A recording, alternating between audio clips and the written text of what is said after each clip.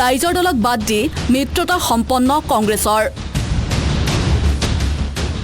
ৰাইজৰ দলৰ সৈতে মিত্ৰতাৰ প্ৰসংগ দিল্লীলৈ ঠেলিলে এপিচিচিয়ে এআইচিচিৰ পৰামৰ্শৰ মতেহে মিত্ৰতাক লৈ আলোচনা আগবঢ়াব এপিচিচিয়ে মিত্ৰতাক লৈ ৰাইজৰ দলক বাদ দি আগবঢ়াৰ ইংগিত কংগ্ৰেছৰ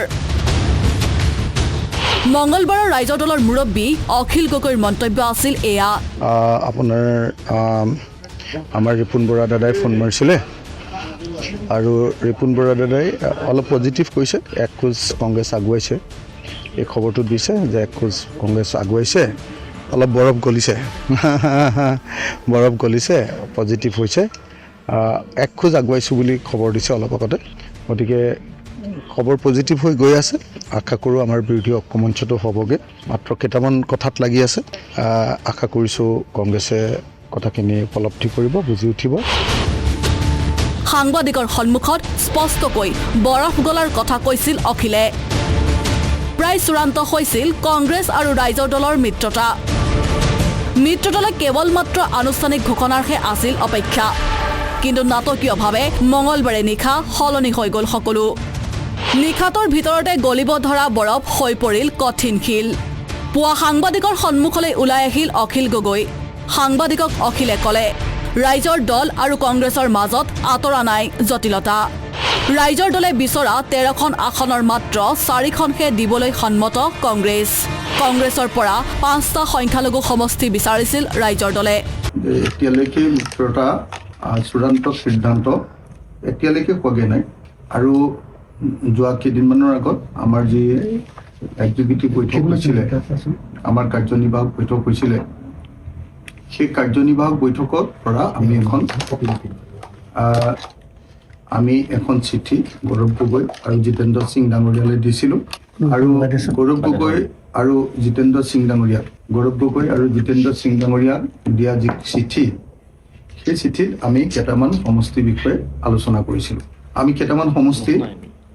স্পেচিফিকেলি বিচাৰিছিলোঁ আমি কৈছিলোঁ যে সেই সমষ্টিকেইটা আমাক লাগে কিন্তু এতিয়ালৈকে তেওঁলোকৰ পৰা সেই সমষ্টিকেইটা সম্পৰ্কে কোনো ধৰণৰ ক্লিয়াৰিফিকেশ্যন নোহোৱাৰ কাৰণে কোনো ধৰণৰ সিদ্ধান্ত নোহোৱাৰ কাৰণে এতিয়ালৈকে আমি মিত্ৰতাত এতিয়ালৈকে আবদ্ধ হ'ব পৰা নাই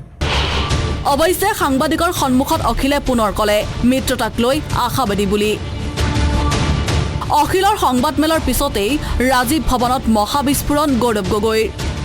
মিত্ৰতাৰ প্ৰসংগ ৰাজীৱ ভৱনৰ পৰিৱৰ্তে দিল্লীৰ 10 জনপথলৈ ঠেলিলে গৌৰৱে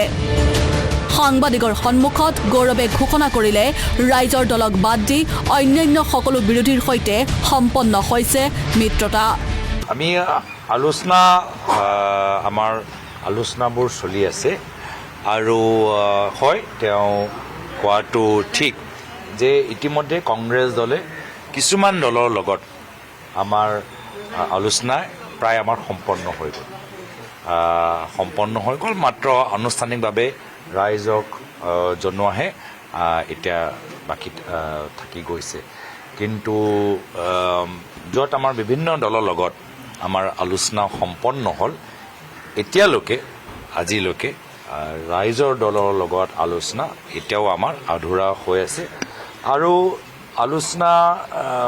সম্পৰ্কত আমাৰ কেন্দ্ৰীয় নেতৃত্ব মই অলপ দিন আগতে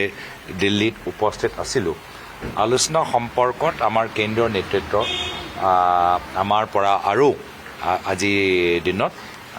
কিছু তথ্য আমাৰ পৰা বিচাৰিছে হ'ব পাৰে পৰৱৰ্তী দিনত তেওঁলোকে আমাক কিছু মাৰ্গদৰ্শন বা সুপৰামৰ্শ দিব আৰু য'ত আমাৰ আলোচনা আমাৰ সম্পন্ন হ'ল আমি এই সম্পন্ন হোৱাৰ ৰিপৰ্টবোৰ আমি ইতিমধ্যে আমাৰ কেন্দ্ৰীয় নেতৃত্বক আমি অৱগত কৰাইছোঁ আৰু য'ত আজি তাৰিখত ৰাইজৰ দলৰ লগত আধৰুৱা হৈ আছে সেইখিনিও আমি তাৰ ষ্টেটাছ ৰিপৰ্ট আমি আমাৰ কেন্দ্ৰীয় নেতৃত্বক আমি অৱগত কৰাইছোঁ সাংবাদিকৰ সন্মুখত অখিল গগৈক সমালোচনা গৌৰৱ গগৈ সকলো কথা ৰাজহুৱাকৈ কোৱা অখিল গগৈৰ অভ্যাস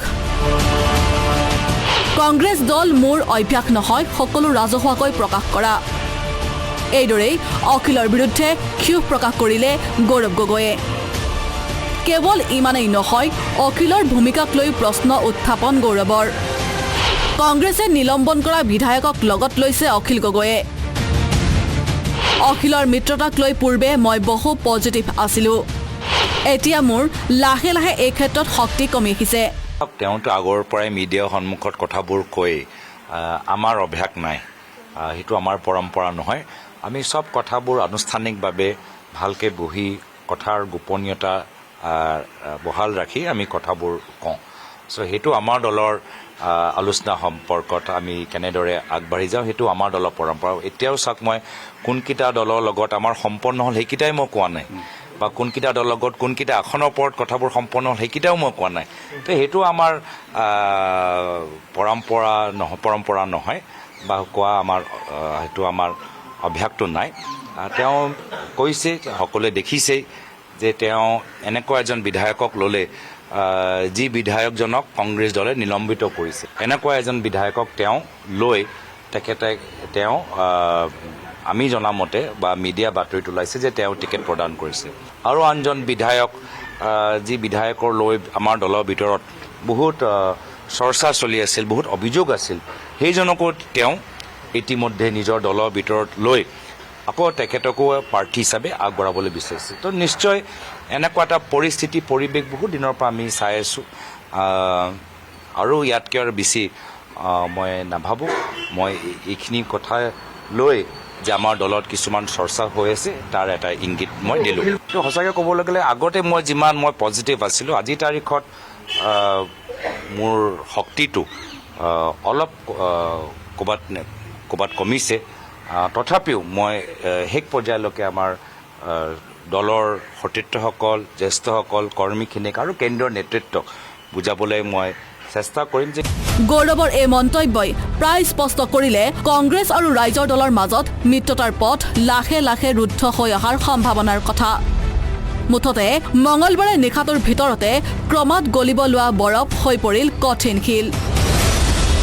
ভিডিঅ' জাৰ্নেলিষ্ট কিংকৰ আৰু মনমোহনৰ সহযোগত প্ৰিয়ংকা দাস আৰু বিতৱন বৰাৰ ৰিপৰ্ট, আছাম টক্স।